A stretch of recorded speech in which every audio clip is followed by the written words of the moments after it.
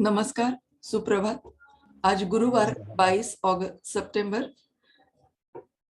हर हफ्ते की तरह आज भी हम जुड़े हुए हैं।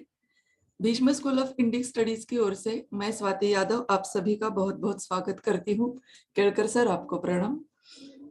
Bhishma series of IKS talks में जीवन का भारतीय प्रतिमान, इस व्याख्यान माला का आज का 36वां सत्र है।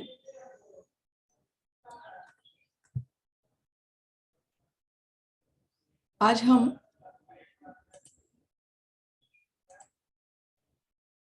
भारतीय शिक्षा क्षेत्र में संभ्रम इस विषय पर दिलीप केळकर सर द्वारा जानकारी लेने वाले हैं। श्लोक से हम सत्र की शुरुआत करेंगे। ओम पूर्णमदः पूर्णात् पूर्णमुदच्यते पूर्णस्य पूर्णमादाय पूर्णमेवावशिष्यते। ओम शांति शांति।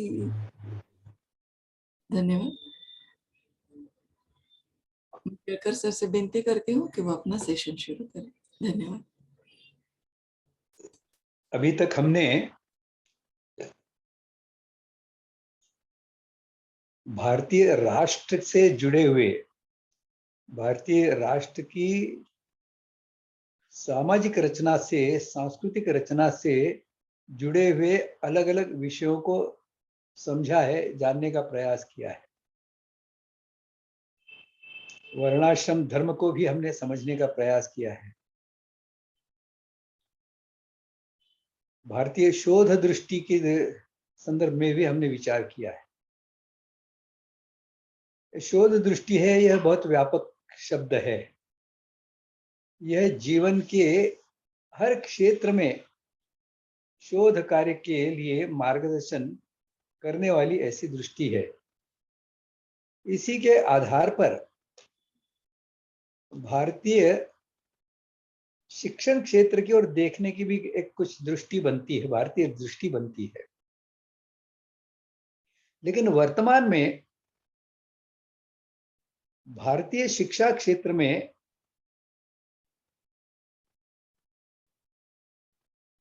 संभ्रम वाला ऐसा वातावरण उपस्थित है।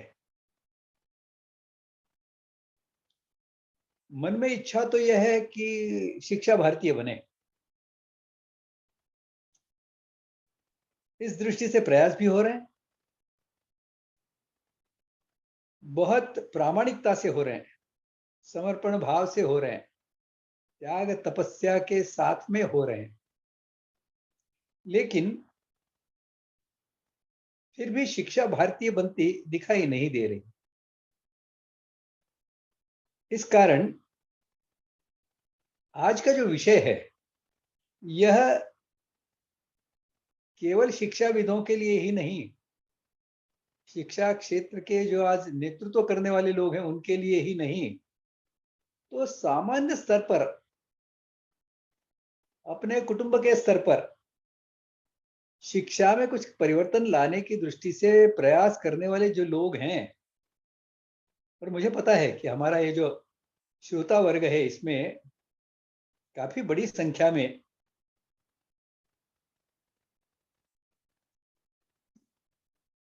वर्तमान शासकीय जो शिक्षा प्रणाली है उससे अलग हटकर कुछ प्रयोग करने वाले लोगों की संख्या काफी अच्छी है। ऐसे लोगों के लिए भी यह जो शिक्षा क्षेत्र के संभ्रम की जानकारी है, यह बड़ी महत्वपूर्ण और इसलिए लाभदायी ऐसी समझ में आएगी। भारत में अंग्रेजों ने अपना राज्य स्थापित किया। यहां पर उन्होंने अपनी शिक्षा नीति को स्थापित करने का प्रयास किया, लेकिन वो जानते थे कि भारत में एक बहुत श्रेष्ठ ऐसी शिक्षा प्रणाली विद्यमान है। उसका वर्णन हम धर्मपाल जी के द ब्यूटीफुल ट्री में, जिसका अनुवाद पुनरुत्थान विद्यापीठ ने प्रकाशित किया है रमणीय वृक्ष के नाम से, उसमें हम उसका विवेचन और उसकी सटीक जानकारी कि किस प्रकार से अंग्रेजों ने यहाँ की शिक्षा व्यवस्था को नष्ट किया, उसका विवरण हम उस पुस्तक में प्राप्त कर सकते हैं। तो अंग्रेजों ने यहाँ की शिक्षा नष्ट करने का प्रयास क्यों किया? शासन तो उनके साथ में था, लूट मार तो उनकी चल ही रही थी, फिर यहाँ की शिक्षा को नष्ट करने का उद्देश्य क्या था उनका? उसका सीधा कारण ऐसा है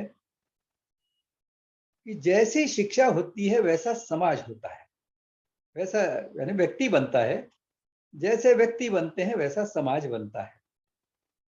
और इस दृष्टि से अंग्रेजों के भारतीय शिक्षा को नष्ट करके अपने अंग्रेजियत की शिक्षा के यहाँ पर बीजारोपण के पीछे उनके कुछ उद्देश्य रहे हैं। सबसे पहले तो इसका एक मार्गदर्शक सूत्र मिलता है जो मैक्स म्यूलर बताता है। मैक्स म्यूलर यह एक जर्मन विद्वान है, भारतीय राष्ट्रीय साहित्य का अध्ययन करता रहा है, इसको विकृत करने के प्रयास करने वाला विद्वान भी रहा है। यह अंग्रेजों के सलाहकार के रूप में काम करता था, अंग्रेजों के पेरोल के ऊपर यह था, और इसके लिए अंग्रेजों के हित की बात ही वो करता था। वो कहता है, we have conquered India once, हमने भारत को एक बार जीत लिया है, but the conquest is not complete, लेकिन यह जो विजय है भारत पर प्राप्त की गई, यह संपूर्ण विजय नहीं है। हमें भारत को, we will have to conquer India through education, हमें भारत को शिक्षा के माध्यम से जीतना होगा, तब हमारा विजय जो है ये संपूर्ण बनेगा। मैक्स म्यूलर और वैसे भी शिक्षा क्षेत्र के जो विद्वान है वो सब समझते हैं शिक्षा के महत्व को, और इसलिए भारत को यदि हमेशा के लिए इंग्लैंड का गुलाम बना के रखना है, इंग्लैंड की गुलामी की दास्ता की भावना से ओतप्रोत रखना है, तो भारत को अंग्रेजी शिक्षा में रंगना होगा, अंग्रेजी शिक्षा को व्यापकता से, गहराई से भारत में स्थापित करना होगा, ऐसा मैक्स म्यूलर कहता है। और आगे जाकर हम देखते हैं कि अंग्रेजी शिक्षा के जो उद्देश्य हैं ये छुपा के नहीं रखे हुए हैं, हमारे लोग भी जानते हैं। हिस्ट्री ऑफ एजुकेशन इस नाम की पुस्तक में जेपी रावत और सैयद नूरुल्लाह इनकी लिखी हुई ये पुस्तक है। इसमें जो इंग्लिश शिक्षा के उद्देश्य थे वो बताए गए हैं। इन उद्देश्यों में सबसे पहला उद्देश्य है भारत के ईसाईकरण का। यहाँ का हिंदू समाज पूरी तरह से ईसाई बन जाए, यह अंग्रेजी शिक्षा का लक्ष्य था। उसके बारे में मैकॉले का जो कथन है, जो नीति है, वो बहुत स्पष्ट है। वह अंग्रेजी माध्यम का आग्रह करते समय मैकॉले बताता है, यदि हम शिक्षा का माध्यम, जिसे अंग्रेजी में लोग मीडियम ऑफ इंस्ट्रक्शन कहते हैं, मीडियम ऑफ इंस्ट्रक्शन यदि भारतीय भाषाओं को रखेंगे तो क्या होगा, इसका वर्णन मैकॉले करता है। We will be teaching false history, क्योंकि भारतीय भाषाओं में जो इतिहास है, रामायण महाभारत, वही पढ़ाना पड़ेगा। We will be teaching false astronomy. वही वराहमिहिर और भारत के जो बड़े बड़े भास्कराचार्य वगैरह, इनको पढ़ाना पड़ेगा एस्ट्रोनॉमी में। फॉल्स मेडिसिन, आयुर्वेद पढ़ाना पड़ेगा। आगे वो कहता है because they are in the bad company of a false religion. ये सब हिंदू जीवन के, हिंदू धर्म के साथ में जुड़े हुए होने के कारण यह सब नष्ट करने योग्य हैं। यदि हम भारतीय भाषाओं में शिक्षा देंगे तो हमें यह सब पढ़ाने पड़ेंगे, और इसके लिए वो अंग्रेजी का आग्रह करता है।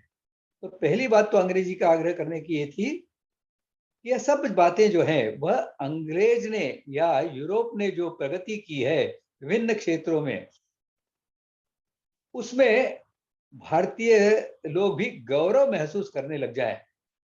देखो यूरोप ने कैसा पराक्रम किया। दूसरा उद्देश्य उसका यह था, वह भी आगे स्पष्ट करता है Macaulay, we will abstain from encouraging publicly the people who are engaged into the conversion of natives into Christianity। अंग्रेजी भाषा माध्यम यदि नहीं होगा तो जो भारतीयों के ईसाईकरण में जुटे हुए हमारे बंधु हैं, पादरी हैं, नन्स हैं, इनको किसी भी प्रकार की हमारी ओर से मदद नहीं मिलेगी। मैकॉले का तात्पर्य यह है कि अंग्रेजी भाषा माध्यम होने से, अंग्रेजी माध्यम से ही सभी विषय पढ़ाने से हिंदू आधा तो अहिंदू इस शिक्षा के कारण ही बन जाता है, फिर उसका ईसाईकरण करना बहुत सरल हो जाता है। हिंदू अपना हिंदुत्व भूल जाता है अंग्रेजी भाषा के कारण। और हम देखते भी हैं कि जो अंग्रेजी भाषा में ही जिसकी शिक्षा हुई है उसके हाथ में आपको हमेशा अंग्रेजी साहित्य मिलेगा, अंग्रेजी दृष्टिकोण से लिखा हुआ रहेगा। भारतीय साहित्य भी यदि मिलेगा तो वह भी अंग्रेजी दृष्टिकोण से लिखा हुआ मिलेगा। भगवत गीता के ऊपर भाष्य मिलेगा तो अंग्रेजियत में रंगा हुआ ऐसा भाष्य मिलेगा। वेदों के बारे में जानकारी मिलेगी तो मैक्स मुलर के माध्यम से समझना पड़ेगा, सर विलियम जोन्स के माध्यम से समझना पड़ेगा।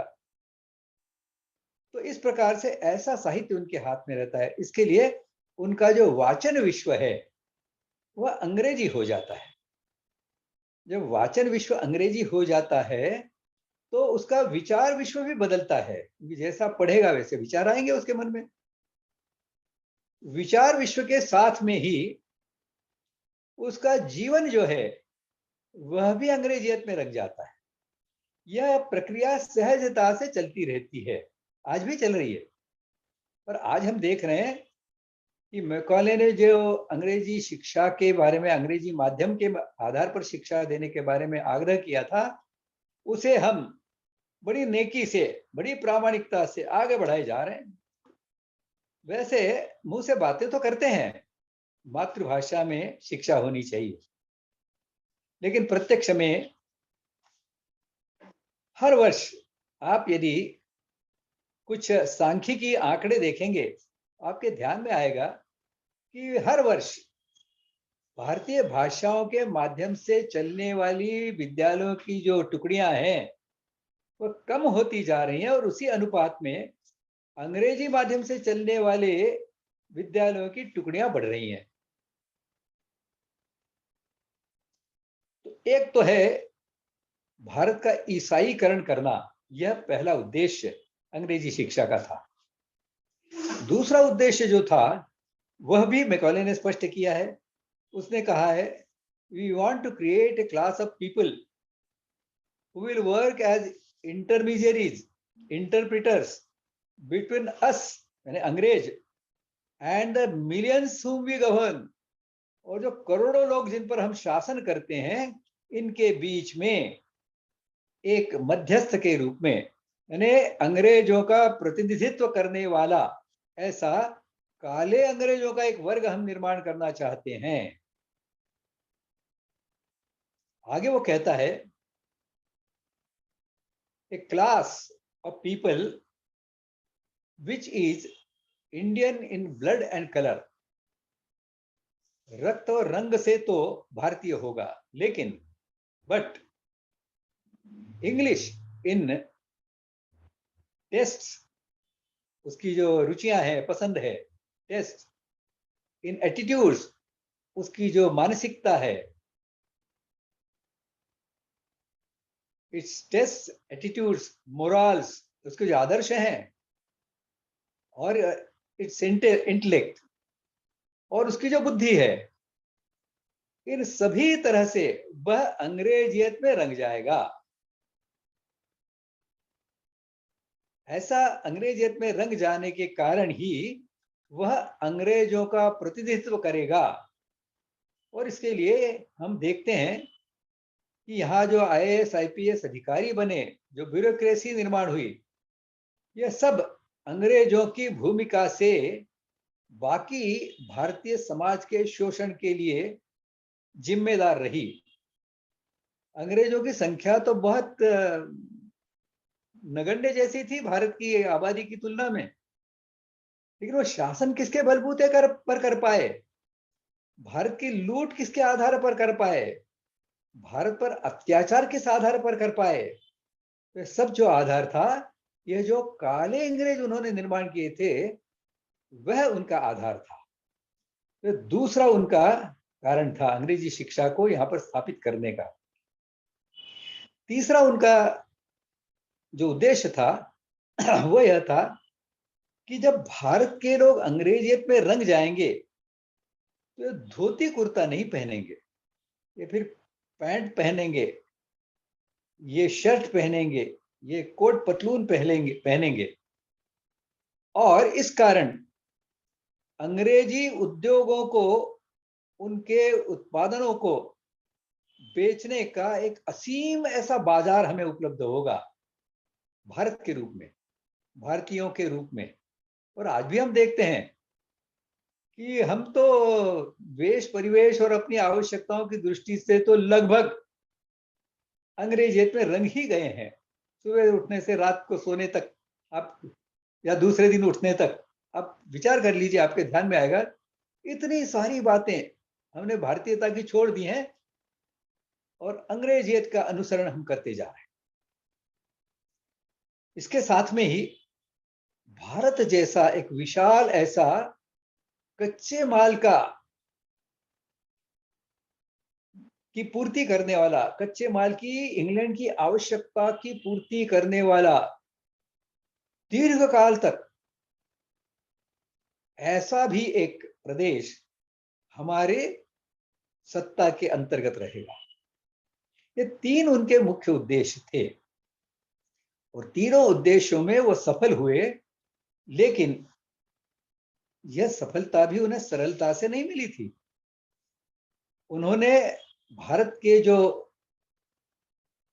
शिक्षा के माध्यम से या शिक्षा के लिए चलने वाले जो लाखों विद्यालय थे, 6.5-7 लाख विद्यालयों की गिनती अंग्रेजों ने की थी।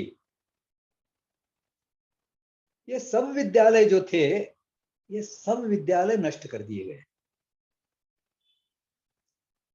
अंग्रेजों ने इन विद्यालयों के पीछे की सामाजिक पृष्ठभूमि का भी अध्ययन किया था और इसलिए उन्होंने न केवल भारत की शिक्षा व्यवस्था को नष्ट किया, इस भारतीय शिक्षा व्यवस्था को पोषित करने वाला, समर्थन देने वाला, सहायता करने वाला, इसकी सुरक्षा करने वाला जो सामाजिक पर्यावरण था, उसको नष्ट कर दिया।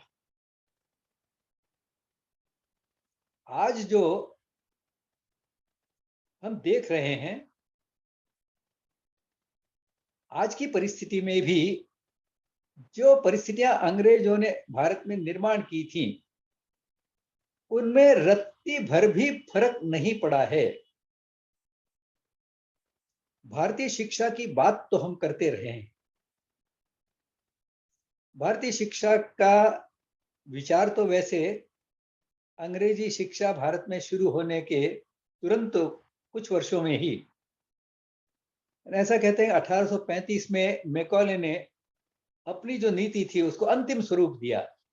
हालांकि उससे पहले उनके विद्यालय तो चल रहे थे भारत में, लेकिन मैकॉले की जो नीति है वह प्रत्यक्ष में 100% रूप में 1835 से चलने लगी।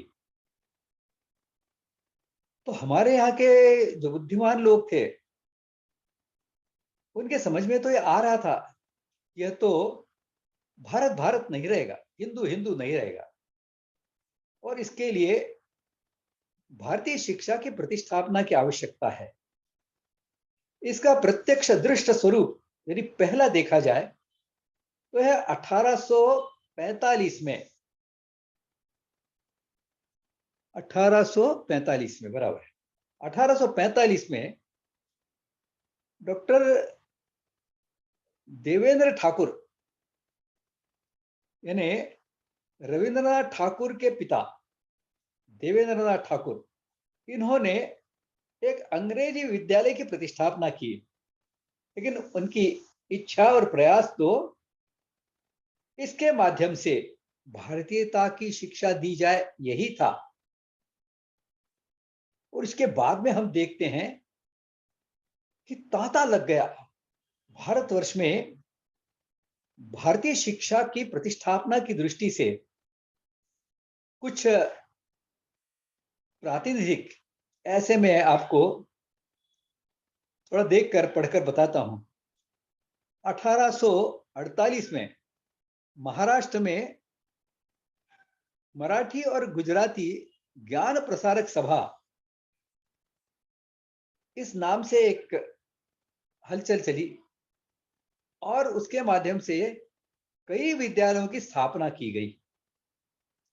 आगे देखते हैं 1866 में राज बहादुर बसु यानी योगी अरविंद जी के नाना, इन्होंने राष्ट्रीय संचारिणी सभा की स्थापना की और कुछ विद्यालयों की भी शुरुआत की। और आगे आते हैं तो 1870-75 तक स्वामी दयानंद सरस्वती के मार्गदर्शन में गुरुकुल कांगड़ी का विश्वविद्यालय, इसके अलावा कुछ गुरुकुल और बड़ी संख्या में श्रद्धानंद जी के प्रयासों से डीएवी विद्यालय यहां पर प्रारंभ हुए।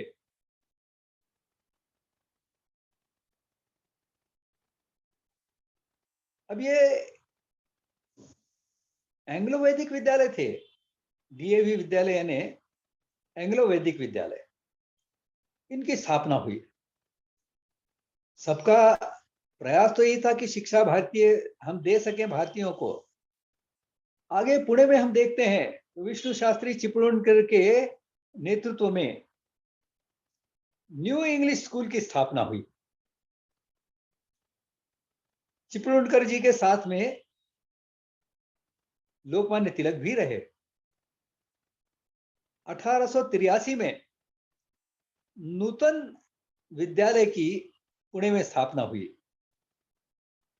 1885 में लोकमान्य तिलक के नेतृत्व में आज जो बहुत प्रसिद्ध ऐसी शोध संस्था है पुणे की भांडारकर इंस्टीट्यूट, वो भांडारकर, फिर महादेव गोविंद रानड़े जिनको गांधी जी अपना गुरु मानते थे, फिर professor Fergusson, doctor Paranjpe, doctor Wedderburn, ऐसे विद्वानों को साथ में लेकर डेक्कन एजुकेशन सोसाइटी की स्थापना हुई। फर्ग्यूसन कॉलेज का निर्माण हुआ। और आगे चलते हैं तो ध्यान में आता है कि भगिनी निवेदिता ने 1893 में बड़ी संख्या में भारतीय शिक्षा की दृष्टि से विद्यालयों का निर्माण करने का प्रयास किया है। और आगे चलते हैं तो बिपिन चंद्र पाल आते हैं जिन्होंने राष्ट्रीय शिक्षा परिषद की स्थापना की। और इसके माध्यम से राष्ट्रीय विश्वविद्यालय चलाया, जिसमें साइंस एंड टेक्नोलॉजी तक की भी शिक्षा देने की व्यवस्था उन्होंने की थी। 1906 में योगी अरविंद जी ने राष्ट्रीय विद्यालय शुरू करने के प्रयास किए, कई राष्ट्रीय विद्यालयों का प्रारंभ किया। एक राष्ट्रीय विद्यालय के प्राचार्य रहे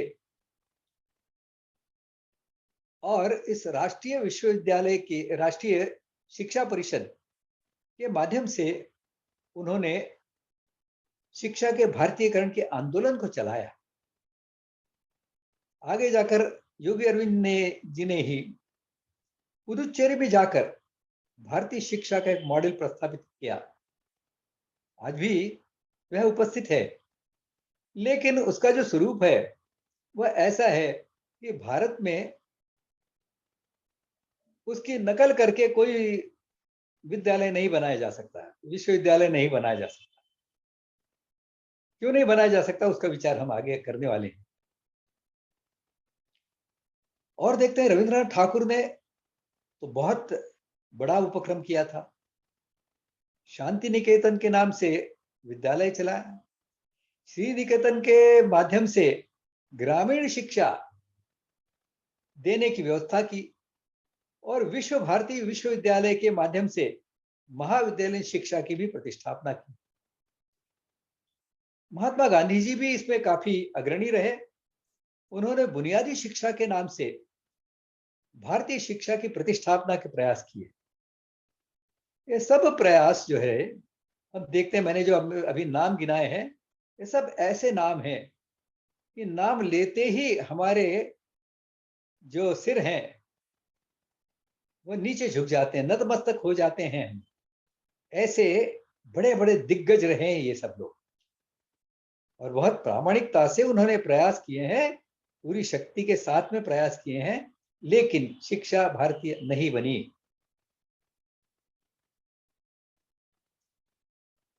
स्वाधीनता के बाद में, स्वाधीनता से पहले तो हम ये कह सकते हैं कि जो शासक था ये विरोधी था, और इस शासक के विरोध को सहन करते हुए ये प्रयास इनको चलाने थे। इसके लिए इनके भारतीयकरण के प्रयास उतने सफल नहीं हो पाए, ऐसा हम कह सकते हैं। लेकिन प्रत्यक्ष में हम देखते हैं कि स्वाधीनता के बाद में भी इनमें से कोई प्रयास बंद नहीं हुए, सब चलते रहे। और उसके साथ में ही विद्या भारती जैसा एक विराट न भूतो ऐसा शिक्षा क्षेत्र में एक आंदोलन चला। मैं तो इसको आंदोलन कहूंगा कि हजारों की संख्या में विद्यालय विद्या भारती आज चला रही है भारत में और विदेशों में भी। विद्या भारती के अलावा भारतीय शिक्षण मंडल होगा, अलग अलग प्रकार के हमारे संप्रदाय होंगे, श्री श्री रविशंकर है, चिन्मय मिशन है, सत्य साई प्रतिष्ठान है, अमृतानंदनी माँ है, शंकराचार्य जी हैं। ऐसे कई लोगों ने अपनी अपने विद्यालय शुरू करने का प्रयास किया, और यह विद्यालय भी, गायत्री परिवार भी, अभी नए नए इसमें रामदेव बाबा हैं, इन सब ने हजारों की संख्या में विद्यालय चलाए हैं, और इन सब का लक्ष्य शिक्षा को भारतीय बनाना है।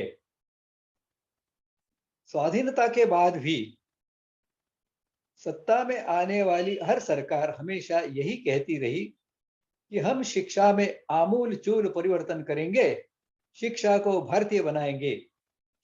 लेकिन हम देखते हैं कि शिक्षा आज भी भारतीय नहीं बनी है। आज भी हम समाजशास्त्र भारतीय सिखाते हैं, राज्य शास्त्र भारतीय सिखाते हैं, न्याय शास्त्र भारतीय सिखाते हैं, अर्थशास्त्र भारतीय सिखाते हैं, यहां तक कि शिक्षण शास्त्र भी हम अभारतीय सिखाते हैं। विडंबना देखिए, संस्कृत विश्वविद्यालय का शिक्षण शास्त्र महाविद्यालय में किस प्रकार की शिक्षा दी जाती है। भाई वहां पढ़ाया तो संस्कृत में जाता है, लेकिन पढ़ाया क्या जाता है, उसकी विषय वस्तु क्या है। तो वहां का अध्यापक यही कहता है जॉन ड्यूई उक्तवान, हर्बर्ट स्पेंसर उक्तवान, यानी शिक्षा के बारे में जॉन ड्यूई क्या कहता है यही वो संस्कृत में बताता है। हर्बर्ट स्पेंसर क्या कहता है यही वह संस्कृत में बताता है। आज भी यही स्थिति है दुर्भाग्य से। कहने का तात्पर्य इतना ही है कि इतने सारे विराट प्रयासों के उपरांत भी शिक्षा भारतीय क्यों नहीं बनी, इसका हमें गंभीरता से और इसके जड़ मूल में जाकर विचार करना आवश्यक है, अनिवार्य है। स्वाति जी, मैं निवेदन करूंगा, आपका विषय आप कर लें, तो उसके बाद में इस भ्रम को दूर कैसे किया जा सकता है, क्योंकि कुछ भ्रम हमें रहा है कि जिसके कारण प्रयास तो हम करते रहे लेकिन सफल नहीं हुए। तो कुछ भ्रांतियां तो हमारी रही हैं। ये भ्रांतियां क्या रही हैं, इसका विचार हम स्वाति जी के कथन के बाद में करेंगे। स्वाति जी। जी, धन्यवाद। सभी को फिर एक बार नमस्ते। जीवन का भारतीय प्रतिमान, ये व्याख्यानमाला जिस ग्रंथ पर आधारित है वो हमने 2 खंडों में एकत्रित प्रकाशित किए हैं। कुल पृष्ठ उसके 728 है और एकत्रित मूल्य 999 है, लेकिन 30 सितंबर के दिन तक हमने ये छूट में मात्र 799 रुपए में उपलब्ध किया है। हमारी वेबसाइट पर जाकर या हमारे गूगल पे क्रमांक 9503864401 भीष्म प्रकाशन का यह गूगल पे क्रमांक है, इस पर आप अपना शुल्क अदा करके अपनी प्रत घर पर मंगवा सकते हैं। भारतीय जीवन की श्रेष्ठता का परिचय कराने वाला और प्रत्यक्ष व्यवहार से सर्वे भवन्तु सुखिनः को पोषित करने वाला, वर्तमान अभारतीय जीवन से मुक्त कर फिर से भारतीय जीवन की ओर पढ़ने के लिए कृति प्रवण कराने वाला एक अत्यंत विचार प्रवर्तक ग्रंथ हमारी अगली पीढ़ी के लिए, हमारे विचारों को स्थिरता देने के लिए होना ही चाहिए। मैं आप सभी से निवेदन करती हूँ, आवाहन करती हूँ कि ये आप जरूर खरीदी कीजिएगा। अगला हमारा ग्रंथ है दिलीप केळकर सर द्वारा लिखित कुटुंब सुदृढ़ीकरण। ये तो हमने मात्र 250 रुपए में उपलब्ध किया है। कुटुंब सुदृढ़ीकरण, कुटुंब जो हमारी भारतीय संस्कृति की नींव है, इसके बारे में इस ग्रंथ में बहुत अच्छी तरह से पढ़ाया गया है। ये हमारे घर में बच्चों के लिए, अपने स्नेहीजनों के लिए और किसी को उपहार में भेंट देने के लिए भी आप जरूर खरीदी कीजिएगा। मैं आप सभी से आह्वान करती हूँ कि ये अपने स्नेहीजनों तक, समविचारी लोगों तक जरूर पहुंचाइएगा। धन्यवाद। धन्यवाद स्वाति जी। आगे चलते हैं हम। अभी इनके अंदर, इन प्रयासों के अंदर जो भ्रांतियां रही हैं उन्हें समझने के लिए हमें यहाँ पर अंग्रेजियत में रंगी हुई शिक्षा की प्रतिष्ठापना कैसे हुई, उस प्रक्रिया को थोड़ा समझना आवश्यक है। सबसे पहले तो उन्होंने भारत की शिक्षा व्यवस्था को नष्ट कैसे किया। भारतीय शिक्षा व्यवस्था को नष्ट करने के लिए उन्होंने कोई ऐसे जो 6.5-7 लाख विद्यालय हैं, इनमें कोई एक उदाहरण ऐसा नहीं मिलेगा कि अंग्रेजों ने अपने सिपाही भेजे और वहां के जो शिक्षक और विद्यार्थी हैं उनको पीट पीट कर भगा दिया। एक भी उदाहरण नहीं है। तो फिर ये बंद कैसे हो गए, ये चलते कैसे थे, कौन चलाता था? और ये भारतीयता की शिक्षा के जो आधारभूत तत्व क्या थे कि जो इन विद्यालयों के माध्यम से व्यवहार में लाए जाते थे। तो हम देखते हैं कि भारतीय शिक्षा का एक सबसे महत्वपूर्ण पहलू है कि शिक्षा निःशुल्क होनी चाहिए, क्योंकि शिक्षा यह सामाजिक जिम्मेदारी है, सामाजिक दायित्व है।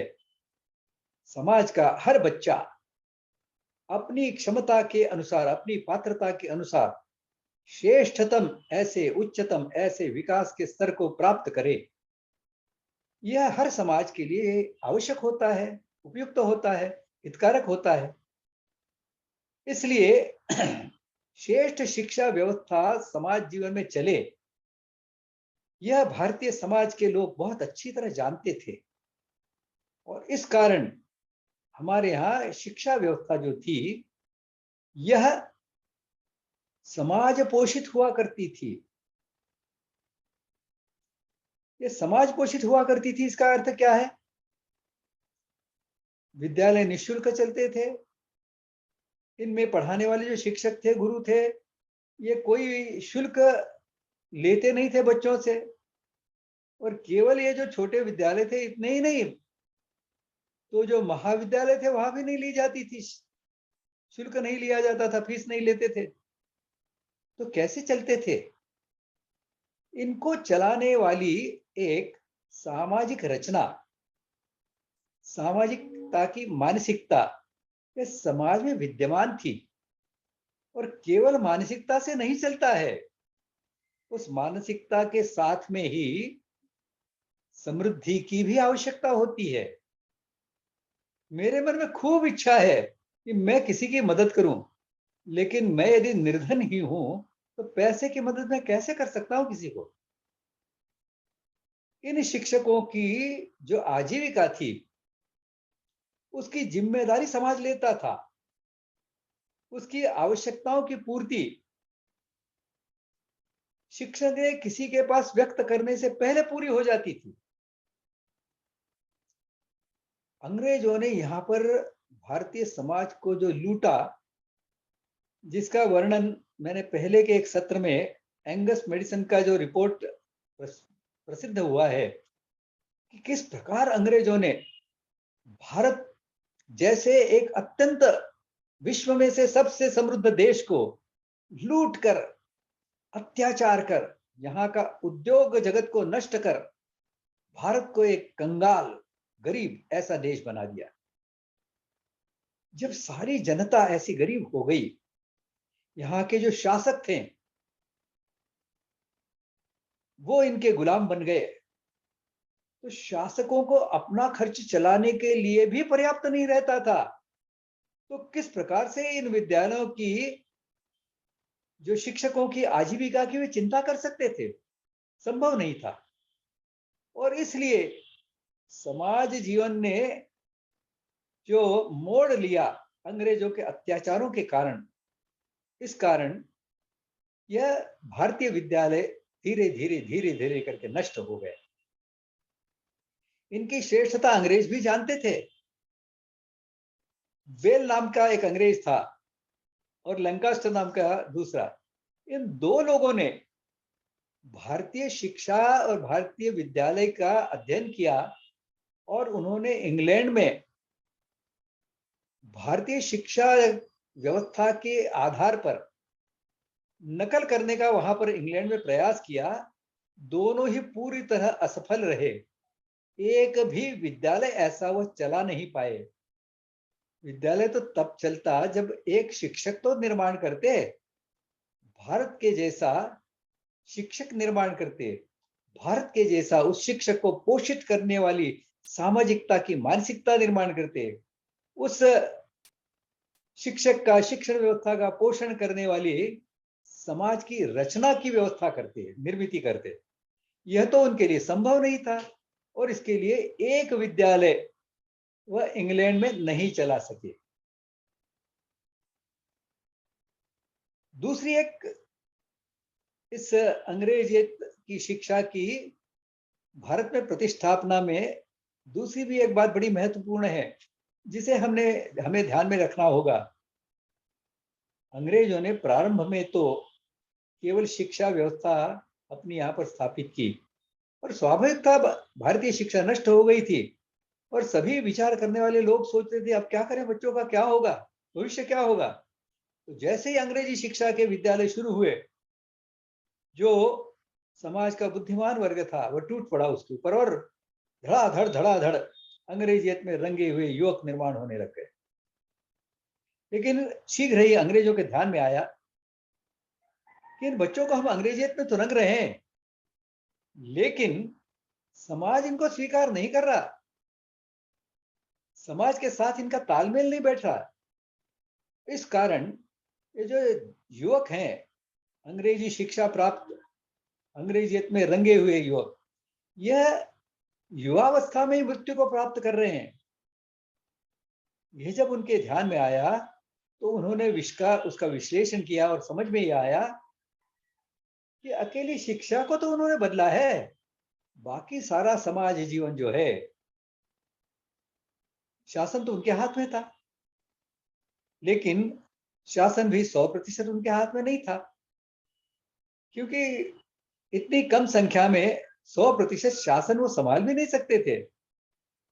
तो मोटे तौर पर तो वह भारतीय लोगों के माध्यम से ही शासन किया करते थे।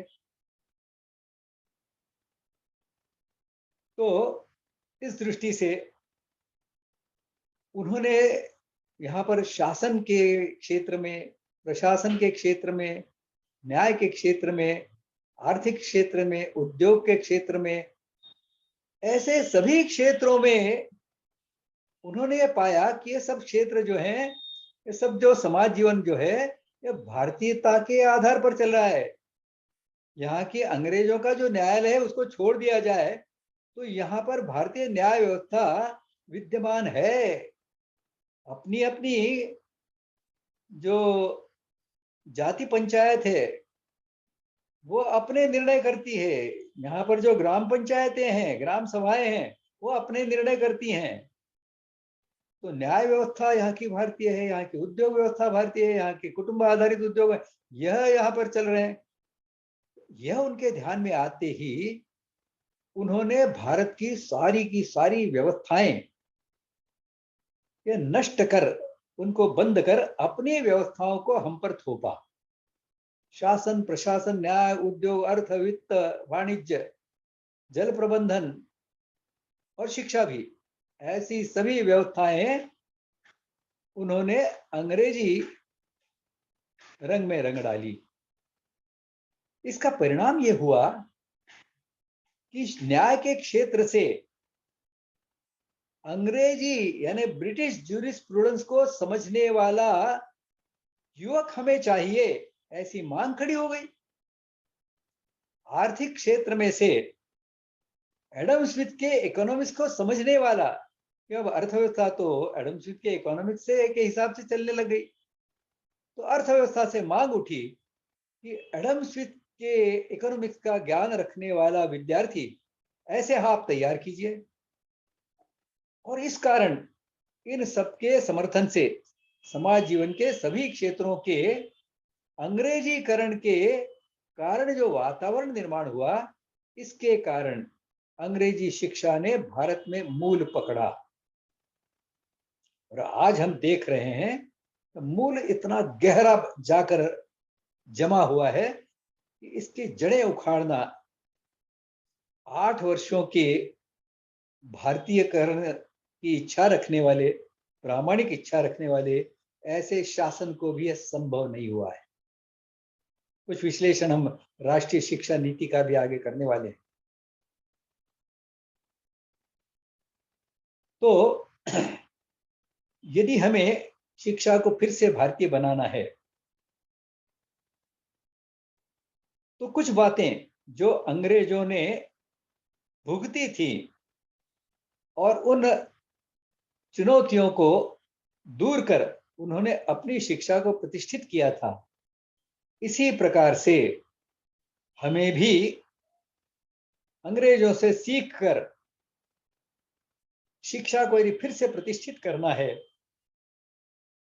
तो समग्रता में विचार करना होगा। जैसे मैंने बताया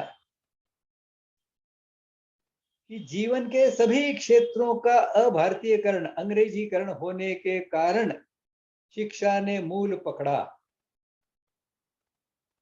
इस तत्व को हम देखेंगे कि हमारे जितने भी शिक्षा के भारतीयकरण के प्रयास हुए, इनमें इस समग्रता की समझ लगभग किसी को नहीं थी। सबने केवल शिक्षा के ऊपर बल लगाकर, कुछ मात्रा में रविंद्रनाथ ठाकुर ने कुछ इसे व्यावसायिक और ग्रामीण शिक्षा की दृष्टि से कुछ भिन्नता लाने का प्रयास किया था। गांधी जी ने बुनियादी शिक्षा के माध्यम से और कुटीर उद्योगों की उनकी कल्पना के आधार पर कुछ भिन्नता का विचार भी किया था। लेकिन इस पूरे समाज जीवन को शुद्ध भारतीय बनाने की दृष्टि से, कि जिसमें से भारतीय शिक्षा को पोषित कर सके ऐसा समाज निर्माण हो, भारतीय शिक्षा को अपने कंधों पर, अपने सामर्थ्य के साथ, अपने ज्ञान, अपने कौशल, अपने आत्मविश्वास के आधार पर भारतीय शिक्षा का दायित्व उठा सके, पूरे समाज को श्रेष्ठ बनाने का लक्ष्य सामने रखकर शिक्षा व्यवस्था का नेतृत्व कर सके, ऐसे शिक्षकों का निर्माण करने वाली सामाजिक पृष्ठभूमि का हमने आज तक विचार किया हुआ कहीं दिखाई नहीं देता। हम में से प्रारंभ में मैंने जैसे बताया, हम में से कई लोग ऐसे हैं जो शिक्षा क्षेत्र को भारतीय बनाने की दृष्टि से वर्तमान शिक्षा से अपने बच्चों को दूर रखकर कुछ प्रयास कर रहे हैं। इनका उद्देश्य तो बहुत अच्छा है और उद्देश्य के अनुसार कुछ लाभ भी इनको मिलेंगे, लेकिन इनकी समझ में कुछ वर्षों बाद यह ध्यान में आएगा कि हमारे प्रयास जो है ये तो बहुत बहुत बहुत कमजोर है, दुर्बल हैं। तो ये समाज का वातावरण है, जो सारा समाज जीवन जो है, जो अंग्रेजियत में रंग गया है, इसके सभी क्षेत्र, इसके सभी व्यवस्थाएं या अंग्रेजियत में रंग गई हैं, ये मेरे बच्चे को भारतीय के रूप में जीने नहीं देगी। हम कुछ प्राथमिक शिक्षा तो उसको दे देंगे, महाविद्यालयीन शिक्षा के लिए तो उसने वहीं जाना है, उसने डॉक्टर ही बनना है, उसने इंजीनियर ही बनना है, और डॉक्टर और इंजीनियर बन के उसने वही करना है जो आज के इंजीनियर और डॉक्टर कर रहे हैं। इस दृष्टि से जो शिक्षा क्षेत्र में आज हम प्रयास कर रहे हैं, ये प्रयास गलत है ऐसा मेरा बिल्कुल कहना नहीं है, लेकिन ऐसे प्रयास तो तब सफल होंगे जब भारतीय समाज की समाज रचना ठीक से खड़ी होगी। इस समाज रचना में से ही श्रेष्ठ मानव निर्माण करने की, श्रेष्ठ मानसिकता निर्माण करने की, श्रेष्ठ सामर्थ्य निर्माण करने की ऐसी कोई रचना, सामाजिक रचना जैसी अंग्रेज भारत में आने से पहले भारत में विद्यमान थी, जिसे हम वर्णाश्रम धर्म कहा करते थे। इस वर्णाश्रम धर्म की प्रतिष्ठापना के बिना, या जो चाहते हैं कि वर्णाश्रम धर्म तो आज काल सुसंगत नहीं रहा, तो उनके लिए चुनौती है कि वर्णाश्रम जैसी कोई इससे भी श्रेष्ठ व्यवस्था, कोई सामाजिक रचना को खड़ा करें, निर्माण करें, कि जो ऐसी भारतीय शिक्षा को पोषित करने के लिए, सुरक्षित करने के लिए, सहायता करने के लिए ऐसा सामाजिक पर्यावरण निर्माण करे, ऐसी रचना निर्माण करे जो इसके समाज के मानस को निर्माण करे, और ऐसे समाज में से ही श्रेष्ठ ऐसे गुरु शिक्षक निर्माण करे। ऐसी सामाजिक रचना, सामाजिक व्यवस्थाओं के बगैर हमारे शिक्षा को भारतीय बनाने के जो भी हम प्रयास कर रहे हैं, यह धीरे धीरे हमारी समझ में आएगा, यह कोई बहुत लाभ नहीं दे रहे हैं। इसलिए मेरा इन सब भाइयों से, बहनों से अनुरोध है कि इस विषय पर गंभीर विचार करें कि क्या हमने दो बातें, एक बात क्या हमने वर्णाश्रम धर्म को बलवान बनाने के लिए कुछ किया है? क्या हमने हमारे कुटुंब को सुदृढ़ बनाने के लिए कुछ किया है? क्या हमने हमारे ग्राम जीवन को श्रेष्ठ बनाने के लिए कुछ किया है? क्या हमने अपने स्वभाव के अनुसार काम करने की दृष्टि से शुद्धि, वृद्धि और संधि, संधि यानी अवसर, इन तीनों के व्यवस्था के लिए कुछ तैयारी की है? यदि यह नहीं की है हमने, तो हम श्रेष्ठ गुरु निर्माण नहीं कर सकते, श्रेष्ठ आचार्य निर्माण नहीं कर सकते। हमने यदि बाकी सारी व्यवस्थाएं हमारी जो है उनको भारतीय बनाने के प्रयास शुरू नहीं किए हैं, उनको बदलने के लिए एक वातावरण निर्माण नहीं किया है इन क्षेत्रों में, यानी उद्योग जगत है, आर्थिक जगत है, न्याय का क्षेत्र है, सेना का क्षेत्र है, रक्षा का क्षेत्र है, पोषण का क्षेत्र है, इन सभी क्षेत्रों के भारतीयकरण के प्रयास, इसके अलावा समाज जीवन के जो अन्य भी विभिन्न क्षेत्र हैं, जैसे भाषा का क्षेत्र है, इतिहास का क्षेत्र है, कला का क्षेत्र है, कारीगरी का क्षेत्र है, कृषि का क्षेत्र है, विज्ञान और प्रौद्योगिकी का क्षेत्र है, स्वास्थ्य का क्षेत्र है, ऐसे जीवन के सभी क्षेत्रों के भारतीयकरण के समसामयिक ऐसे यदि प्रयास चल नहीं रहे हैं, तो हमारी शिक्षा कभी भी मूल नहीं पकड़ेगी। इसे हम जितनी जल्दी समझ लें, उतनी जल्दी हम अपने प्रयासों में विवेक के साथ कितनी शक्ति लगानी, कितनी शक्ति तो हम अपने बच्चों को अच्छा रखने के लिए लगाएं, और कितनी शक्ति इस पूरे समाज जीवन को ठीक करने के लिए लगाएं, इसको हम तय कर पाएंगे। ये जो जीवन का भारतीय प्रतिमान हम विषय अभी तक, आज 36वां इसका व्याख्यान है। इस पूरे व्याख्यान माला में और आगे भी हम इस जीवन की समग्रता को समझने का प्रयास करने वाले हैं। ऐसी समग्रता से पूरे समाज जीवन को भारतीय बनाने के प्रयास यदि हमने नहीं किए, तो ये पत्थर की लकीर है कि शिक्षा अकेली भारतीय कभी नहीं बनेगी। 8 वर्ष की अनुकूलता के वातावरण के उपरांत भी 2018 में जो नेशनल एजुकेशन पॉलिसी बनी, इसका नाम ही नेशनल एजुकेशन पॉलिसी था। तो हम कल्पना कर सकते हैं, ये जो इंडिया नाम का नेशन हमारे राष्ट्र में उपस्थित है, इसकी शिक्षा नीति थी है, क्योंकि नेशन तो सत्ताधिष्ठित होता है, और आज भारत में वही स्थिति है। पूरा समाज जीवन है सत्ताधिष्ठित है। शासन तय करता है शिक्षा क्षेत्र में शिक्षा नीति क्या हो। कौन तय करता है? शासन तय करता है। न्याय के क्षेत्र का स्वरूप कैसा होगा, कौन तय करता है? शासन तय करता है। आर्थिक क्षेत्र का स्वरूप कैसा हो, उद्योग क्षेत्र का स्वरूप कैसा हो, इनके नीति नियम कैसे हो, कौन तय करता है? शासन तय करता है। वे शासनाधिष्ठित ऐसे नेशन की यह शिक्षा नीति है, इसे हमें समझना होगा।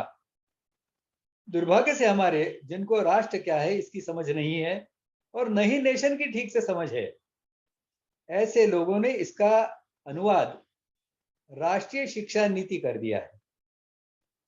लेकिन विडंबना आप देखेंगे, इस पूरी राष्ट्रीय शिक्षा नीति जिसे कहा जाता है, इसमें राष्ट्र क्या है इसके बारे में कहीं भी कोई भी विवेचन नहीं मिलेगा। यह संभ्रम जो है, मैंने पीछे भी एक व्याख्यान में बताया था, 1986 में एक ऐसी ही नेशनल एजुकेशन पॉलिसी बनी थी। उस समय भी राष्ट्र के बारे में, नेशन के बारे में यही संभ्रम था, और तब से मैं यह प्रयास कर रहा हूं कि जो राष्ट्रीय शिक्षा नीति वाले हैं ये समझें, इसे राष्ट्रीय बनाना है, इसे नेशनल नहीं बनाना है। क्योंकि राष्ट्र जीवन का आधार धर्म होता है। धर्माधिष्ठित समाज राष्ट्र को निर्माण करता है। तो हमारी राष्ट्रीय शिक्षा नीति में धर्म का तो कोई संबंध ही नहीं है। तो राष्ट्रीय शिक्षा नीति बनेगी कैसे?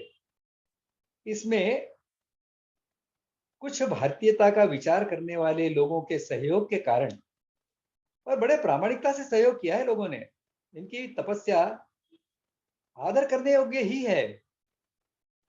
इनके उद्देश्य में, इनके हेतु में कोई खोट निकालने का कारण नहीं है, हेतु भी उनका शुद्ध है।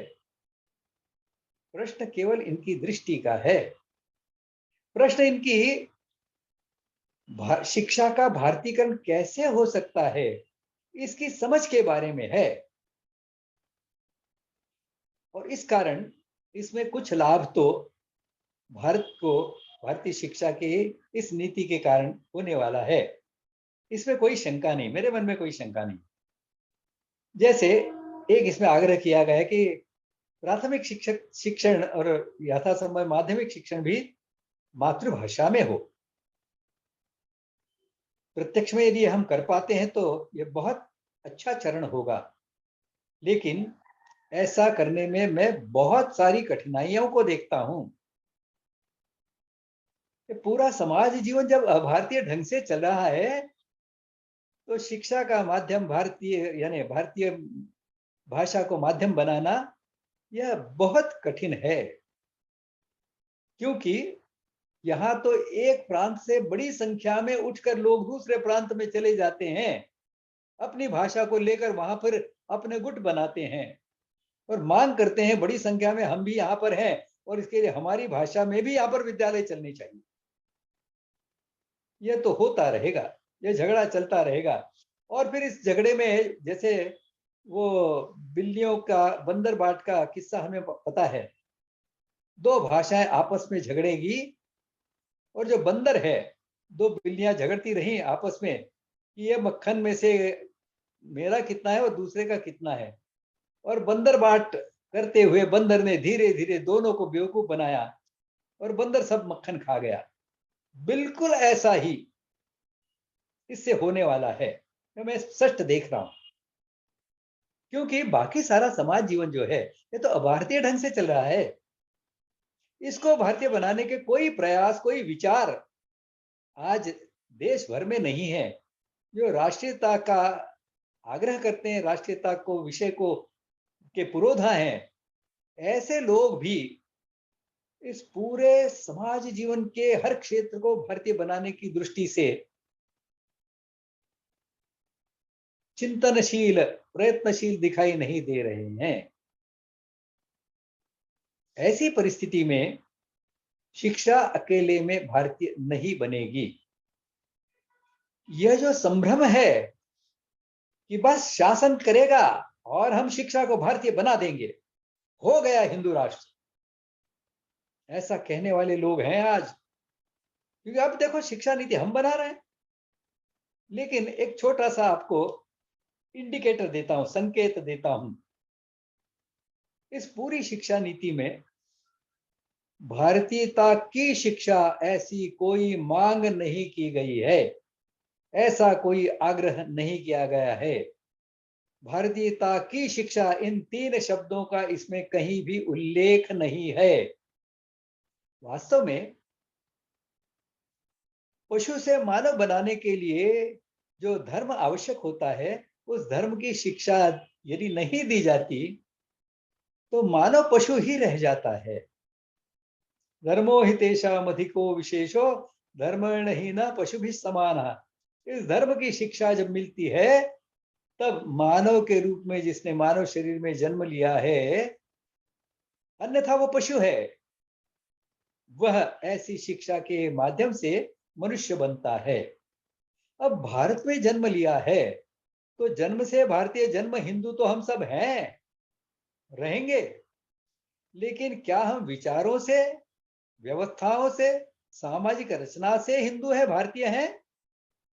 इसका उत्तर दुर्भाग्य से नहीं है, यह देना पड़ता है। जब तक हम इस भ्रांति को दूर नहीं करेंगे कि पूरे समाज जीवन को हमें भारतीय बनाने की आवश्यकता है। हर क्षेत्र को उस क्षेत्र के भारतीयकरण की समझ रखने वाले आचार्य निर्माण कर उनके माध्यम से उस क्षेत्र के भारतीयकरण का वातावरण वहां निर्माण करना। जैसा वहां वातावरण निर्माण होगा तब फिर विद्यालयों की ओर मांग आएगी, शिक्षा क्षेत्र की ओर मांग आएगी कि भाई हमें भारतीय अर्थव्यवस्था की दृष्टि से श्रेष्ठ कौटुंबिक उद्योग चला सके ऐसे लोग आप शिक्षा क्षेत्र से निर्माण करके दो। आज तो हम नौकर निर्माण कर रहे हैं, बड़े बड़े उद्योगों के लिए नौकर निर्माण करना, यही तो हमारा धंधा बन गया है विद्यालयों का। नौकर निर्माण करना, क्लर्क निर्माण करना, ब्यूरोक्रेट्स निर्माण करना, यही तो हम किए जा रहे हैं। इस दृष्टि से एक बार फिर से बहुत स्पष्ट रूप में ये मैं बता दूं कि जब तक जीवन का सारा प्रतिमान, इसके सारे क्षेत्रों को भारतीय बनाने की पहल इस समाज जीवन के हर क्षेत्र से शुरू नहीं होती है, ऐसा वातावरण वहां पर निर्माण नहीं होता, तब तक शिक्षा भारतीय नहीं बनेगी। और इसलिए हम में से जो शिक्षा क्षेत्र में चिंतन करते हैं, चिंता करते हैं, प्रयास करते हैं, उनके लिए मेरा एक निवेदन है, वह अपने इन प्रयासों को, ये जो मैंने तथ्य सामने रखे हैं, इनकी कसौटी पर तोलकर अपने जीवन में अपने पास जो उपलब्ध समय है उसमें से कितना समय मैंने हमारे बच्चों को ठीक करने की दृष्टि से, बच्चे अच्छे रहे इस दृष्टि से खर्च करना है, और कितना इस समाज जीवन के हर क्षेत्र को भारतीय बनाने की दृष्टि से समर्पित होना है, इसका निर्णय तो हमें करना होगा। यह निर्णय हम जितनी जल्दी करेंगे और पूरे समाज के हर क्षेत्र को भारतीय बनाने की दृष्टि से जो प्रयास है उनको हम प्राथमिकता देंगे, तब ही जाकर एक उज्जवल भविष्य ऐसा भारतीय शिक्षा को हम देख पाएंगे। यहां मैं अपने वाणी को विराम देता हूं। अगले सत्र का हमारा विषय होगा भारतीय शिक्षा के सनातन तत्व और भारतीय शिक्षा का स्वरूप। मैं यहां पर अपनी वाणी को विराम देता हूं। धन्यवाद। स्वाति जी। धन्यवाद सर। जिन्हें आज के सत्र पर कोई सवाल पूछना है, कृपया अपना हैंड रेज कीजिएगा।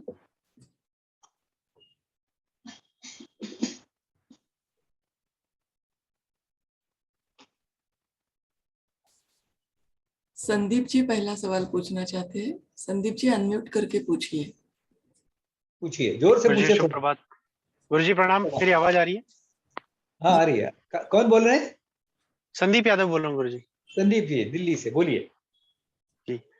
आपने आज एक अच्छा विषय रखा, जो मतलब ऐसा उदाहरण भी दिया कि जो शिक्षा के क्षेत्र में चिंतन कर रहे हैं तो बाकी विषयों में भी चिंतन का आवश्यकता है, परिपूर्णता उसी से आएगी। तो उस परिप्रेक्ष्य में मेरा प्रश्न ये है कि जैसे हम न्याय की बात करते हैं, तो न्याय शास्त्र मेरे पढ़ लेने से केवल मैं उसकी धारणा तो कर सकता हूँ, लेकिन जब तक राष्ट्र उसको राष्ट्र अगर जैसे जिसको हम सरकार बोलते हैं या शासन बोलते हैं, प्रशासन बोलते हैं, जो शंकराचार्य जगन्नाथ गुरु की पुरी के शंकराचार्य महाराज जी हैं, तो वो उनका भी कहना यही है कि हमें मनुस्मृति चाहिए, जिसको क्योंकि जो एक भारतीय न्याय व्यवस्था के प्रति जो मैं आजकल कुछ उनके बारे में अध्ययन भी कर रहा हूँ कि जो न्याय के प्रति जो उनका विश्लेषण है और जो हम करते आ रहे थे और जिस तरह से नष्ट किया गया, क्योंकि न्याय एक अभिन्न अंग बन चुका है। क्योंकि मैं न्याय क्षेत्र से हूँ, मैं एक वकील हूँ, तो इसलिए मैंने दोनों का थोड़ा कंपैरिजन किया और वो साफ साफ दृष्टि से नजर आ रहा है। तो राष्ट्र लेवल पे जब तक नीति चेंज नहीं होगी, क्योंकि हम प्रयास जरूर कर सकते हैं, हम छोटे छोटे उद्योग जरूर खोल सकते हैं और प्राथमिकता भी दी जा रही है। मतलब मैं पॉजिटिव साइन अगर देखूं तो उस दृष्टि में बहुत लोग छोटे छोटे उद्योगों को और कला क्षेत्र से संदीप जुड़े। जी, जी सर। मैं आपके बिंदु को समझ गया हूँ। जी आपका कहना है कि हमारे व्यक्तिगत छोटे छोटे प्रयासों से क्या होगा, ये तो राष्ट्रीय स्तर पर नीति निर्धारकों ने ऐसी नीतियों को अपनाना चाहिए। यह तो हम फिर सत्ताधिष्ठित समाज जीवन की ओर ही उस दृष्टिकोण से ही विचार करने। देखिए, भारतीय चिंतन में तो और वैसे भी समाज जीवन में मुझे पता नहीं हम में से कितने लोग राष्ट्रीय स्वयंसेवक संघ को जानते हैं, लेकिन इस राष्ट्रीय स्वयंसेवक संघ की शुरुआत कैसे हुई? 1925 में डॉक्टर हेडगेवार ने इसकी शुरुआत की। मुश्किल से 5-10 ऐसे किशोरावस्था के बच्चों को लेकर शुरुआत की थी। लोग तो हंसते थे उनके ऊपर। तो कोई भी बड़ा अभियान भी होता है उसका प्रारंभ तो एक व्यक्ति से ही होता है, इसे हम समझें। हम अपने जैसा विचार करने वाले लोगों की संख्या बढ़ाएं। मैंने पहले के एक सत्र में यह भी बताया था कि समस्या ये 135-140 करोड़ की नहीं है। समस्या तो उन महाजनों की, उन श्रेष्ठ जनों की है जो इस समाज को दिशा देते हैं, उनकी है, उनके बिगड़ने की है। इसलिए और हमारे सबके सौभाग्य से हम उस 5% में आते हैं कि जिनकी ओर देखकर समाज चलता है। तो ये हमारा दायित्व बनता है कि हम जिस क्षेत्र में, जैसे संदीप जी आप न्याय के क्षेत्र में काम कर रहे हैं, मैंने अभी तक 3 स्थानों पर न्याय क्षेत्र के लोगों के साथ में इस विषय पर संवाद किया है। पुणे में लगभग 17-18 लोग थे, भोपाल में लगभग 30-35 लोग थे और वडोदरा में तो लगभग 80 से अधिक वकील उसमें उपस्थित थे। उनके साथ में न्याय क्षेत्र का भारतीयकरण, ऐसा विचार मैंने रखा उनके सामने। मेरा आपसे अनुरोध है, ऐसे संदीप यादव 50 निर्माण हो जाए न्याय क्षेत्र में कि जो शिक्षा का भारतीयकरण या न्याय क्षेत्र का भारतीयकरण क्या होता है इसकी समझ रखते हो, इसकी श्रेष्ठता को समझा सकते हो और फिर एक न्याय क्षेत्र में वातावरण निर्माण कर सकते हो कि अब भाई ब्रिटिश ज्यूरिस्प्रूडेंस यहाँ नहीं चलेगा, अब यहाँ भारतीय न्याय दर्शन की, भारतीय न्याय व्यवस्था की अच्छी समझ रखने वाले विद्यार्थी निर्माण करने चाहिए। तब जाकर विद्यालय में से ऐसे विद्यार्थी निर्माण होंगे। शासन के करने से होने वाली यह बात नहीं है। शासन को तो अगले चुनाव में फिर से चुनकर आने की दृष्टि से जो लोगों को क्या ठीक लगता है उसके पीछे ही शासन जाएगा। मैं आपको मेरा अनुभव बताऊं, ये जो राष्ट्रीय शिक्षा नीति बनी है इसके एक सदस्य से, मैं राष्ट्रीय सदस्य से मैं मिला था और मैंने उनसे कहा, उन्होंने मुझे कहा कि आपका इसके बारे में क्या मत है। मैंने उनसे कहा मैं सत्य बताऊं या आपको अच्छा लगे ऐसा कुछ बताऊं? तो उन्होंने कहा नहीं नहीं, मेरे साथ में तो आप सत्य की बात कर सकते हो। तो मैंने उनसे कहा सबसे पहली बात तो यह है कि शिक्षा शास्त्र का या भारतीय शिक्षा शास्त्र का एक सूत्र है और सूत्र यह कहता है कि शिक्षा समाज के लोगों के मांग को पूर्ण करने के लिए नहीं होती। वो भी सोच में पड़ गए मैं क्या कर रहा हूं। मैंने उसको आगे मेरा वाक्य पूरा किया, शिक्षा होती है समाज शिक्षा क्षेत्र से किस प्रकार की अपेक्षा रखे, यह समाज को सिखाने के लिए शिक्षा होती है। मैंने उनसे कहा आपने तो लाखों की संख्या में सुझाव मंगाए जनता से और उन सुझावों का बहुत परिश्रम से, और उस परिश्रम के लिए मैंने कहा मैं आपको साष्टांग प्रणिपात करता हूं। परिश्रम तो आपने बहुत किया, इन लाखों सूचनाओं का आपने विचार किया है और फिर समाज क्या चाहता है, उस दृष्टि से आपने शिक्षा नीति को तैयार किया है। तो मैंने कहा पहला सिद्धांत ही आपने तोड़ दिया भारतीय शिक्षा का। तो भारतीय बनेगी कैसे शिक्षा, इसे हमें समझना होगा। इसके जो फंडामेंटल्स हैं इनको समझना होगा।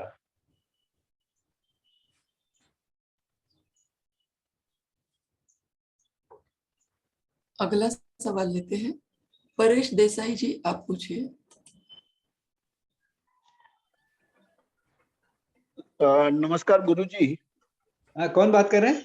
परेश देसाई बोल रहा हूँ सर। नरेश? परेश परेश देसाई। परेश देसाई, हाँ, कहाँ से? हाँ, अंधेरी, मुंबई से। अंधेरी से, हाँ, बोलिए परेश जी।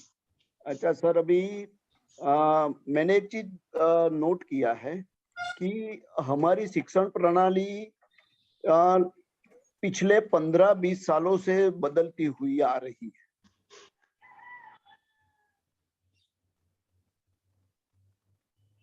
मुझे समझ में नहीं आपका प्रश्न।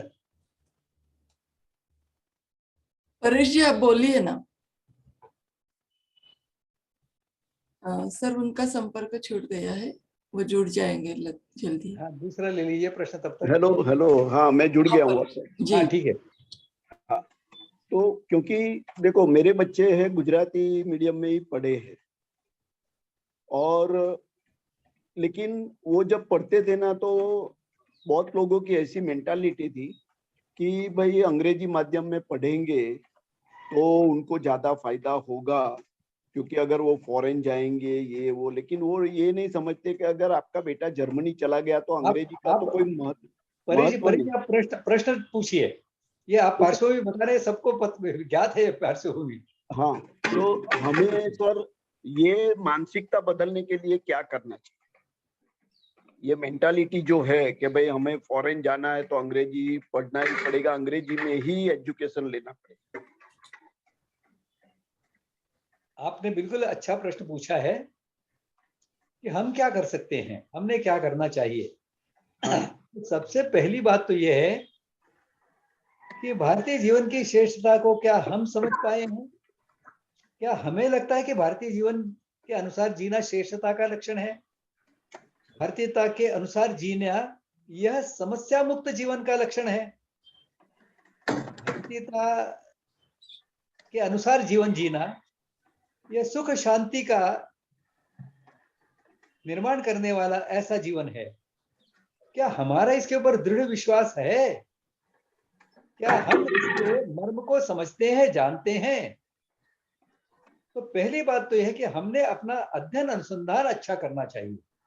लोगों को समझाने से पहले हम पहले खुद को तो समझाएं कि मेरे मन में जो विचार है भारतीयता के बारे में यह अकाट्य है, कोई इसको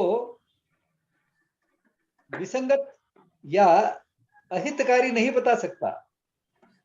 ऐसा मेरा अध्ययन यदि होगा तो मैं लोगों को बता सकूंगा, लोगों को समझा सकूंगा, और लोग समझेंगे। क्योंकि वह किसी भी मानसिकता के हों, उनकी मानसिकता को ध्यान में रखकर, उनकी क्षमताओं को, उनकी पात्रताओं को ध्यान में रखकर समझाने की हमारी सामर्थ्य भी हमें बढ़ानी होगी। यह किए बिना हम यदि हमारे बच्चों को समझाने का प्रयास करेंगे तो समझने वाले नहीं है, लोग भी नहीं समझेंगे।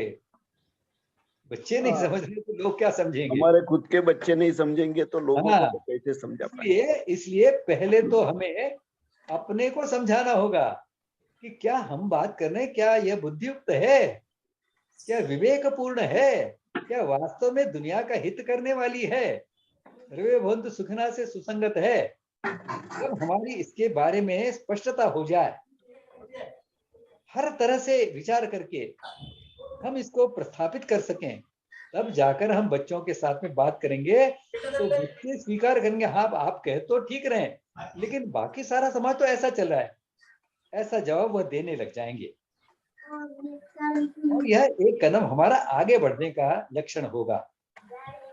दूसरे, इसमें ऐसे लोगों की बड़ी संख्या निर्माण करना, क्योंकि ऐसे हमारे बच्चे दुनिया भर में जो पूरा विपरीत है उसको सुनते रहें और हम अकेले हैं जो बताते रहे कि अरे भैया भारतीयता अच्छी है, भारतीयता अच्छी है। हम उनको समझा नहीं पा रहे हैं कि भैया उपनयन आपका हो रहा है, क्यों हो रहा है। वो तो इसको इवेंट समझता है। बस लोग इकट्ठे आए, खाना पीना हुआ, बहुत सारे उपहार मिले, मजा आ गया। उस बच्चे के लिए तो उपनयन उतना ही है, क्योंकि हमने उसे उपनयन संस्कार की दृष्टि से उसकी ब्रह्मचर्याश्रम के लिए उसकी मानसिकता तो तैयार की नहीं। उसकी शारीरिक आदतें जो हैं उनको तो हमने ढाला नहीं। तो हम ऐसा नहीं करेंगे तो उपनयन का तो महत्व नष्ट होते ही जाने वाला है, इसको हम समझें। इसलिए हमारा अध्ययन हम श्रेष्ठ बनाए, ये पहला चरण है। जो नुकसान हो रहा है, अरे भाई नुकसान हो रहा है, नुकसान हो रहा है, भागो उसके पीछे, ऐसा करके नुकसान रुकता नहीं है।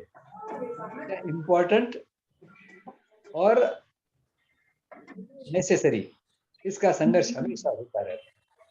जो नेसेसरी है, जो तुरंत नुकसान होने वाला है, उसके पीछे हम भागते जाते हैं। और जो इम्पोर्टेंट है, जैसा मैंने शिक्षा के क्षेत्र में हमारे काम करने वाले लोगों के बारे में बोला, देखने का ये नेसेसरी है, ये तो बिगाड़ देगा हमारे बच्चों को, शक्ति लगाकर उसके पीछे लगे। इम्पोर्टेंट जो है कि पूरे समाज जीवन को भारतीय बनाने के प्रयास करना, तो हम इसके ऊपर प्रयास नहीं करेंगे तो हमारी जो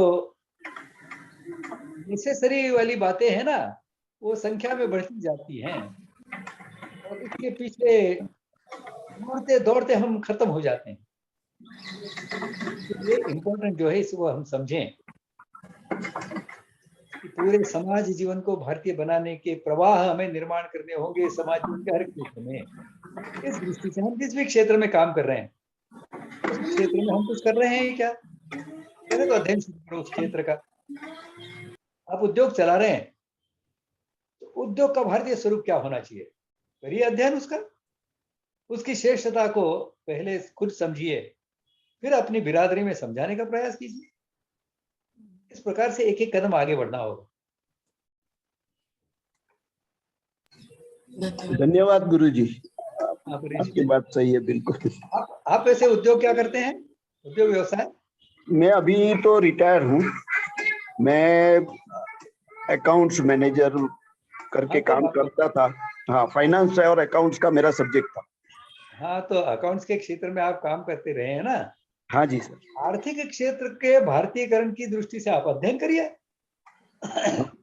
वैसे तो समग्रता में पहले अध्ययन करिए, हाँ, फिर उसके आधार पर पोषण व्यवस्था का विचार कीजिए। हाँ, अकाउंट्स उसका एक छोटा हिस्सा है, छोटा, बरोबर है। इस प्रकार से समग्रता का अध्ययन आप शुरू करिए। अब तो आपके पास समय ही समय है। हाँ जी। तो वानप्रस्थी, सही अर्थों में वानप्रस्थी बन जाइए। हाँ, बहुत लाभ होगा, आपको हाँ, भी होगा, समाज को भी होगा। वही अभी मैं वो सर्टिफिकेट कोर्स भी करने जा रहा हूँ जी। हाँ, हमारा जो है वो एक भारतीय शिक्षण मंच की ओर से इसका भी एक अध्ययन योजना शुरू हो रही है। स्वाति जी की ओर से आपको उसकी सूचना मिल सकेगी। अच्छा। हाँ, ये मेरा बेटा भी करने वाला है ये सर्टिफिकेट कोर्स। अच्छा, बहुत अच्छा। अध्ययन का भी, अध्ययन के साथ, योजना के साथ में आप जुड़ जाइए। हाँ जी। तो अनायास धीरे धीरे आपके यहाँ इसका अध्ययन होता जाएगा। हाँ, ठीक है, धन्यवाद सर। अगला सवाल लेते हैं, जीवन रसिक केसकर, आप पूछिए। कौन? जीवन रसिक केसकर। जीवन जी बात करें, बोलिए जीवन जी, बोलिए। जीवन रसिक केसकर, मैं भाग्यनगर से बोल रहा हूँ। जी, बहुत अच्छी बात है। क्या हम भारतीय शिक्षा को रोजगार से जोड़ सकते हैं जैसा पुराने जमाने में था? देखिए, भारतीय शिक्षा रोजगार के लिए, केवल रोजगार के लिए नहीं होती। इसे हमें, रोजगार का ही तो लालच है ना सर। सुनिए सुनिए सुनिए, इसीलिए इसे हमें विवेक के साथ में, आप कहेंगे कि कल से भारतीय शिक्षा हम शुरू कर देंगे, क्या संभव है आपके लिए? नहीं। तो प्रश्न क्यों पूछ रहे हैं कि कल समस्या आ जाएगी मेरी आजीविका की? आजीविका का ही तो प्रॉब्लम है ना सर। अभी तो इन चरणों को समझिए। आपको वातावरण निर्माण करना है उद्योग जगत में हमने कौटुंबिक उद्योगों को प्राधान्य देना है, प्राथमिकता देनी है, जी तो नौकर बनने की मानसिकता खत्म हो जाएगी। और जब कुटुंब में उद्योग शुरू हो जाएंगे, बेरोजगारी शब्द की आवश्यकता नहीं रहेगी। बहुत समय लगेगा उसमें। बेरोजगारी ये शब्द किसी भी भारतीय भाषा में नहीं है, जी वो उर्दू से लिया गया है। सही है। भारत में तो बेरोजगारी हुआ नहीं करती थी, तो भारत में तो ये रोजगार की समस्या थी ही नहीं, और उसका कारण स्वयं रोजगार। उद्योग आधारित, ग्राम जीवन आधारित अर्थव्यवस्था थी। जी अब इसको प्रस्थापित करने में कुछ पीढ़ियां तो लगेंगी, उतना समय है हमारे पास। उस समय को कम करने की यदि हम प्रयास करेंगे तो होगा, समय कम होगा। हम जितनी अधिक शक्ति लाएंगे उतना जल्दी होगा वो। लेकिन यह तो करना होगा। आजीविका की आश्वस्ति तो कौटुंबिक उद्योग वाली अर्थव्यवस्था में होती है। जो कमाएगा वो खिलाएगा, जो नहीं कमाएगा वो खाएगा। ये भारतीय पोषण व्यवस्था का सूत्र है, ये हमें समझना होगा। और इसीलिए, और ये ऐसी शिक्षा व्यवस्था, ऐसी ही समाज जीवन का प्रतिमान कल तो स्थापित होने वाला नहीं है। इसलिए आप ये जो प्रश्न पूछ रहे हैं, ये तो तब प्रासंगिक हो जाता जब आप कहते कि नहीं, कल से मैं इसको भारतीय जीवन को प्रतिष्ठित कर रहा हूं, आप बताइए इसमें रोजगार की उत्पत्ति कैसे होगी। तो मैं कहूंगा यदि आप कल से जीवन के भारतीय प्रतिमान को प्रतिष्ठित कर रहे हैं, तो स्वाभाविक रूप से कौटुंबिक उद्योग होने के कारण आपको जरूरत कहाँ है रोजगार की। सही है। हाँ आपको तो रोजगार मिल गया आपके कुटुंब में, कौटुंबिक उद्योग में। जी इसे समझने का प्रयास करें हम। ये दोनों साथ में चलने वाली बातें हैं। एक ओर तो जीवन के भारतीय प्रतिमान की प्रतिष्ठापना, और दूसरी ओर इस अभारतीय शिक्षा और अभारतीय इंडिया का घटता जाना। एक तरफ से भारत का बढ़ते जाना और दूसरी ओर इंडिया का घटते जाना, ये दोनों साथ में चलने वाली प्रक्रियाएं हैं। इसे समझना होगा। दोनों जादू की डंडी घुमाने जैसी होने वाली नहीं है। हाँ धन्यवाद जी धन्यवाद सर, सभी को बहुत बहुत धन्यवाद। आज के सत्र में यही रुकते हैं, सारे सवाल हो चुके हैं। अगले गुरुवार यानी 29 सितंबर को हम फिर मिलेंगे सुबह 7:30 बजे। श्लोक से हम सत्र का अगला विषय होगा जी। भारतीय शिक्षा के सनातन तत्व और भारतीय शिक्षा का स्वरूप। अच्छा,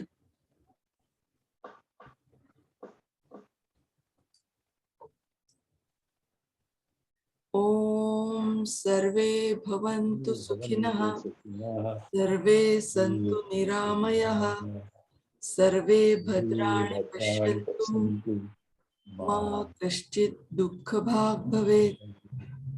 ओम शांति शांति शांति। धन्यवाद, आपका दिन शुभ हो। सर, एक प्रश्न विचारायचा होता मला। हा पूछिए। मी कुलदीपिका केसकर भाग्यनगरहून बोलतीये। आता जो आपण श्लोक म्हणलो, तर त्याचा अर्थ सुद्धा आपण जर सांगितला सत्रामध्ये एखाद्या, तरी सुद्धा चांगलं होईल। देखो श्लोक पूरा वो ऐसा है, आहार निद्रा भय मैथुनंच सामान्य में तत् पशुभिर नराणाम। आहार निद्रा भय और मैथुन, जो चार प्राणिक आवेग हैं, इनको प्राणिक आवेग इसी के लिए कहा जाता है, हर प्राणी में उपस्थित होते हैं। और इसके लिए मनुष्य में और पशु में ये समान रूप से उपस्थित होते ही हैं। हाँ करेक्ट। हाँ हर मनुष्य में होते हैं। यह तो धर्म ऐसी एक बात है जो पशु से मनुष्य बना देता है। धर्मो हितेषाम अधिको विशेषो, इनमें एक धर्म जब अधिक आ जाता है, विशेष आ जाता है, और यदि धर्म नहीं है तो क्या है, धर्मेण हीनः पशुभिः समानः। धर्म के अभाव में वह मनुष्य जो है वो पशुवत ही रह जाता है। शरीर से तो मनुष्य जैसा दिखेगा, और ऐसे हम लोग देखते हैं आज भी समाज जीवन में पशु जैसा व्यवहार करते हैं, क्योंकि उनको शिक्षा ठीक से मिली नहीं है। करेक्ट है, ये तो है। तो पहले धर्म स्थापन करना चाहिए। बिल्कुल, धर्म की हाँ। शिक्षा शिक्षा उनके हाँ अगले अगले व्याख्यान में हम विचार करने वाले हैं, उसमें आ ही जाएंगे विशेष ये विषय जो है। ओके ओके ओके ओके धन्यवाद सर। ठीक, धन्यवाद। अच्छा, नमस्ते, सभी को प्रणाम।